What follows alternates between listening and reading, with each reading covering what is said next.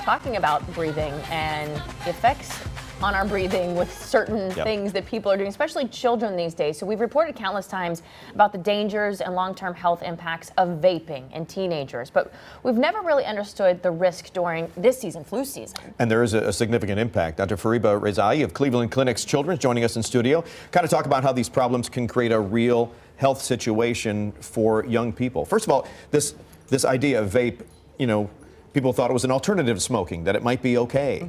But you're finding that it's not only is it not okay, but it's affecting the immune system. That's right, that's right. So talking a little bit about the vaping and what's the vaping. The vaping devices or electronic cigarettes, basically they use a battery device that is operated by the battery. And when the battery is turned on, there is a liquid inside the electronic cigarettes that you usually put it in the pod, and the heat turns it to the aerosol that can inhale.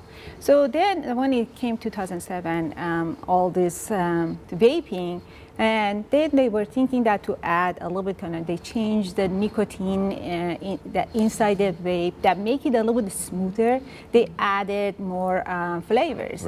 And then they claimed that is not as bad.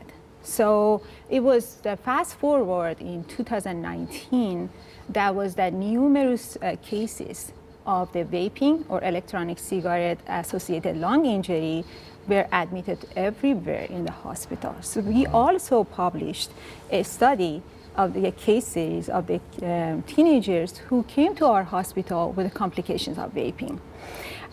So just my lab before then was studying the role of the viral infection and air pollution on airway epithelial cells, the cells that line the airways, and basically they are the first line of defense to the outside world. So you were already studying this part? We were studying the role of the viral infection and air pollution, but not the smoking.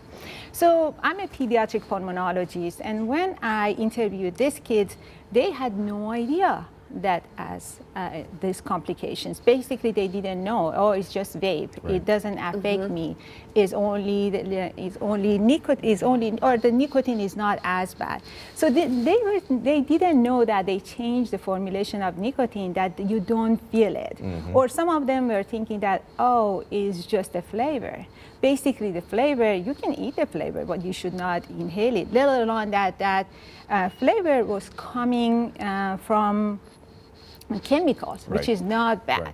So basically that those interviewing and seeing those kids and my publications sparked my passion that I already studied the role of the viral infection and air pollution in my lab. Why I should not study the role of the electronic cigarettes. So how is it then, things like RSV, or how is this impacting, I know you mentioned the cells and how it's damaging the cells in a sense, but what is the process of this? How do we know that this is for sure taking place, and what can we do, I mean, other than quitting, to prevent this? So what, a little bit more about our study is that we basically design an equipment that we can mimic the realistic, like what happens in the real world. We expose the cells to the different aerosols, and then we did the viral infection. And as I said that we found the damage to the cells, even to the smallest dose, even of the solvent, even just the flavors, even the nicotine with the smaller amount. And then when we exposed those cells to the viral infection, we got even worse. So the answer to your question, there is no alternative. So when it's something bad, it's bad. Even the small amount is bad. And so what I always tell the kids or teenagers that I see in my practice is that there is no alternative. So, and then smoking is bad, and electronic cigarettes or vaping are even worse.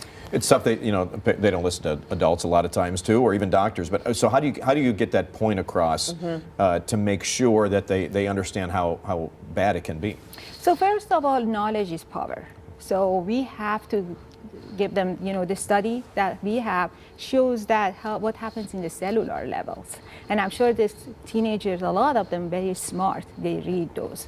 There are a lot of epidemiologic data coming that vaping is not good. And even if they get viral infection, they do worse than those that even they did regular smoking. Wow. So basically, first, knowledge. We have to, just advertise it. We have to put it into TV. The teachers have to talk to them. Pediatricians, it's recommended that every time they ask about the kids, it's not just that they bought it, how about their friends? Because what we know that you can be exposed to the secondhand smoke even with if your friends are vaping. Same as Same as Same as regular cigarettes. smoking. Then the other thing is that these teenagers should know that there are resources available. They can talk to their parents or they start with talking to pediatricians. Also, there are some other resources that thankfully the Ohio has it, which is they can call My Life, My Quit. And then it's confidential, free, and customized. So basically, they can call and get help. We thank you so much, Doctor, for being here today. And education is key, making sure we get the word out there. Thank you for coming in here today. Thank you.